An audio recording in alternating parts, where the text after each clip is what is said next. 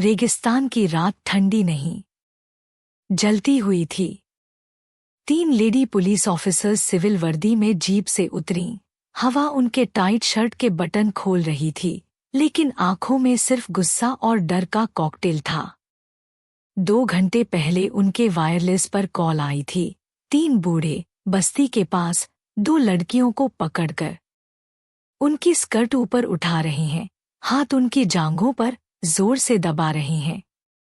चीखें रुक नहीं रहीं। जब वो जगह पहुंची तो सामने कुछ और ही था। 3 सफेद दाढ़ी वाले बुजुर्ग, जिनके हाथों में अब भी लड़कियों की ब्रा और पैंटी के टुकड़े लटके थे। चेहरे पर मासूम बुढ़ापा, लेकिन नजर में कच्ची हवस और जिस्म की भूख। उन्होंने जीभ निकालकर मुस्कुराते हुए कहा, पुलिस हो, यहाँ कानून हम हैं। और अब तुम तीनों की ये टाइट पैंट नीचे खींचकर हमारे सामने घुटने टेकोगी। अगली मिनट हवा तेज हुई, टॉर्चलाइट झिल्ली। एक बूढ़े ने पहली ऑफिसर का कॉलर पकड़ा, उसकी शर्ट के बटन एक एक करके खोले। दूसरे ने उसकी कमर से बेल्ट खींच ली। तीसरा हंसकर उसके होंठों पर उंगली फेर रहा था। पहली चीख सुनाई दी, एक ऑफिसर की, क्योंकि उनका बदला अब उनके गरम बदन पर ही जोर जबरदस्ती बन चुका था। उस रात रेगिस्तान ने इंसाफ का नहीं, 3 गरम बदनों की भयानक जिस्म का और बदले का खेल देखा।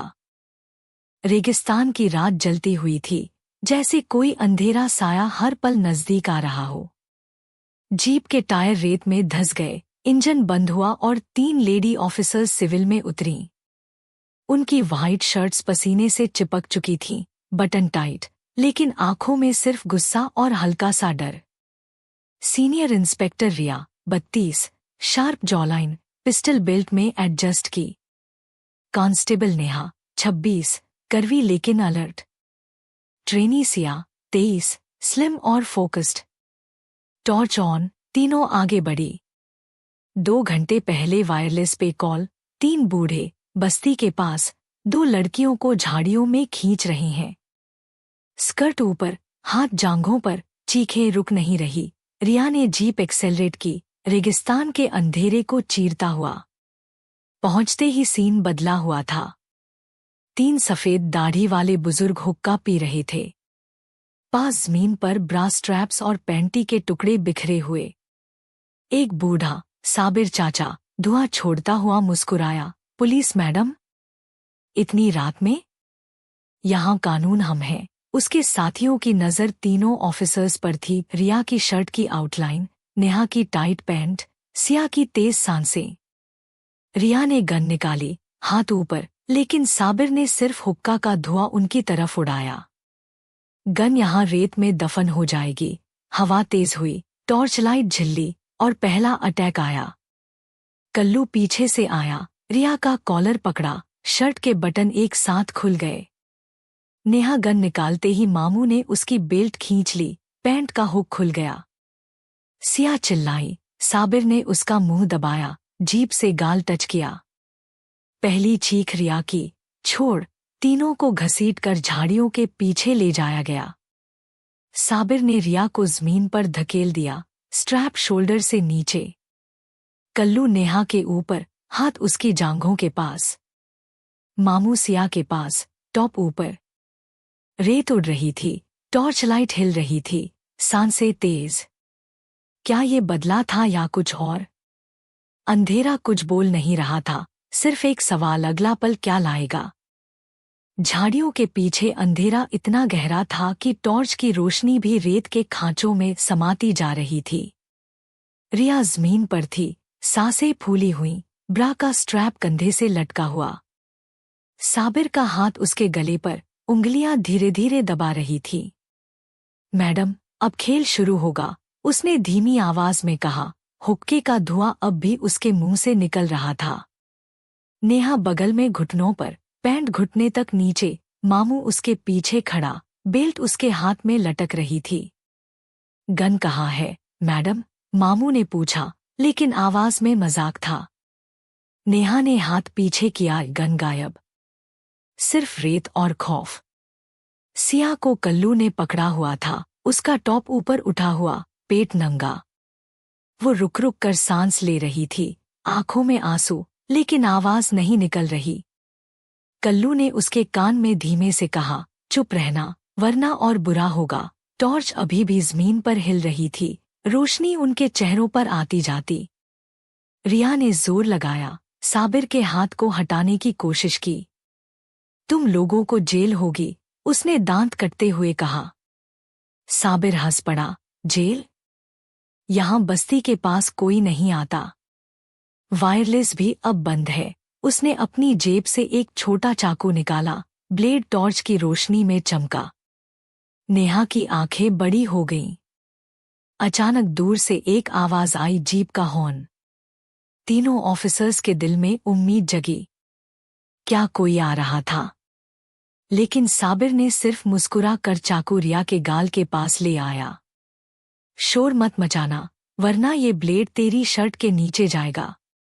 कल्लू ने सिया को और जोर से पकड़ा, उसका हाथ उसकी कमर पर। मामू नेहा के सामने बैठा, बेल्ट से खेलता हुआ।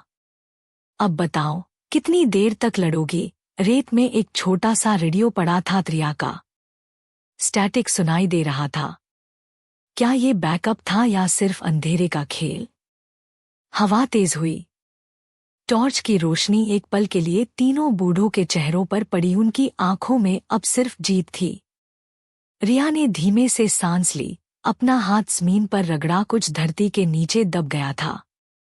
क्या ये उनका आखिरी मौका था? अंधेरा अब भी चुप था, सिर्फ एक सवाल, कौन जीतेगा? जारी रहेगा। रेत के नीचे रिया की उंगलियां कुछ ठंडा छू गईं। रेडियो नहीं, एक पुराना रिवॉल्वर। उसने धीरे से ग्रिप पकड़ा। साबिर अभी भी उसके ऊपर झुका था, चाकू गाल के पास। अब क्या मैडम, हार मान ली? उसने पूछा। अचानक स्टैटिक से आवाज आई, बैकअप 5 मिनट में। रिया का रेडियो ऑन था। नेहा ने आंखों से इशारा किया, ये प्लान था। वो पहले ही बटन दबा चुकी थी। कल्लू ने सिया को छोड़ा, गन ढूंढने लगा। मामू बेल्ट छोड़कर खड़ा हुआ। साबिर का चेहरा बदल गया, अब डर उसकी आंखों में। रिया ने रिवॉल्वर उठाया, धाय धाय एक गोली हवा में। तीनों बूढ़े पीछे हट गए। नेहा ने बेल्ट से मामू के हाथ बांध लिए। सिया ने कल्लू के पैर पर रेत उड़ा दी, वो गिर पड़ा। साबिर भागने लगा, लेकिन रिया ने उसका पाजामा पकड़कर गिरा दिया। अब कानून हम हैं, रिया ने ठंडे स्वर में कहा। दूर से जीप की लाइट्स नजदीक आईं, 2 और जीप्स। लेकिन ट्विस्ट ये था, ड्राइवर एक लड़की थी, वही 2 विक्टिम्स, अब पुलिस यूनिफॉर्म में। उन्होंने वायरलेस पे कॉल किया था, लेकिन ये ट्रैप था बूढ़ों के लिए। साबिर ने जमीन पर गिरते हुए पूछा, कौन? रिया ने रिवॉल्वर उसके सिर पर टिकाया। तुम्हारी गलती, लड़कियों को छेड़ना। अब जेल नहीं, रेगिस्तान ही तुम्हारी कैद है। टॉर्च की रोशनी में तीनों बूढ़े बंधे हुए ऑफिसर्स खड़ी। बदला पलट चुका था, अब सच्चा इंसाफ शुरू। जीपों की लाइट्स ने रेगिस्तान को दिन बना दिया। प्रिया और मीरा राइफलें उठाए खड़ी, लेकिन कुछ गड़बड़ था, उनकी वर्दी पुरानी थी, बैज गायब। रिया ने रिवॉल्वर कस लिया। तुम सच में कौन हो? प्रिया ने मुस्कुराया, वही स्माइल जो साबिर की थी। बैकअप? नहीं मैडम, हम उनके साथ थे। कैमरा ऑन नहीं था, सिर्फ रेड लाइट झपक रही थी, नकली। बैग से कपड़े नहीं, एक पुराना नक्शा निकला। यहाँ एक कब्र है, 3 और लड़कियां, 5 साल पहले। साबिर हंस पड़ा, रस्सियां ढीली पड़ गईं। प्लान यही था, तुम्हें यहाँ लाना, फिर तुम्हें वहीं दफन करना। कल्लू ने रस्सी तोड़ दी, मामू के हाथ में चाकू वापस। तीनों अब खड़े। नेहा ने गन ढूंढी, गायब। सिया का रेडियो भी बंद, वायरलेस से सिर्फ स्टैटिक। प्रिया ने राइफल नीचे की, हम विक्टिम नहीं, उनके बच्चे हैं। मीरा ने नक्शा दिखाया, एक्स का निशान उनके पैरों के ठीक नीचे। रिया ने रिवॉल्वर उठाया, खाली। साबिर ने धीमे से कहा, अब खेल सच में शुरू। हवा तेज हुई, लाइट्स झपकने लगीं। जीपों के इंजन बंद। दूर से एक और आवाज, लड़कियों की चीखें, पुरानी रिकॉर्डिंग। रेत हिली, जमीन के नीचे कुछ हरकत। हाथ। प्रिया ने टॉर्च नीचे डाली, एक हाथ बाहर आया। साबिर का चेहरा बदल गया, अब डर उसमें भी। सिया चिल्लाई, ये क्या है? रिया ने रिवॉल्वर फेंका। तीनों ऑफिसर्स पीछे हटी। नक्शे पर लिखा था, जो दफन किया वापस आएगा। अंधेरा दोबारा गहरा हुआ। तीनों बूढ़े भागने लगे, लेकिन रेत ने उनके पैर पकड़ लिए। आखिरी लाइट ऑफ। सिर्फ एक सवाल, कौन जिंदा बचेगा? रेत ने साबिर के पैर निगल लिए। वो चीखा, बचाओ, लेकिन जमीन ने उसे और नीचे खींचा। कल्लू ने चाकू फेंका। मामू भागने की कोशिश की, सब बेकार। 3 हाथ बाहर आए, फिर 3 चेहरे, 5 साल पुरानी लड़कियां, आंखें खाली, मुंह से रेत। रिया ने पीछे हटते हुए टॉर्च फेंकी, रोशनी में सच्चाई चमकी। प्रिया और मीरा अब हंस रही थी, उनके चेहरे बदल रहे थे, बूढ़े हो रहे थे। हम उनकी आत्माएं हैं, प्रिया की आवाज गूंजी, जो तुमने दफन की। नेहा ने सिया को पकड़ा, भागो, लेकिन जीपें गायब। वायरलेस से सिर्फ चीखें। रिया ने आखिरी गोली चलाई, खाली। साबिर डूब चुका था, सिर्फ हाथ लहरा रहा। अचानक रेत रुकी। लड़कियों की आत्माएं खड़ी हो गईं, हाथ बढ़ाए। इंसाफ, उन्होंने एक स्वर में कहा। तीनों बूढ़े रेत में समा गए, कोई चीख नहीं, सिर्फ खामोशी। प्रिया मीरा धुएं में गायब। रिया, नेहा, सिया अकेली। सुबह की पहली किरण पड़ी, जीपें वापस, रस्सियां, हथियार, सब वैसा का वैसा। कोई कब्र नहीं, कोई निशान नहीं। वायरलेस चालू हुआ। Unit 7, report. रिया ने माइक उठाया, आवाज कांपती, सस्पेक्ट्स मिसिंग, केस क्लोज्ड। तीनों चुप। रेत हवा में उड़ी, जैसे कुछ हुआ ही न हो।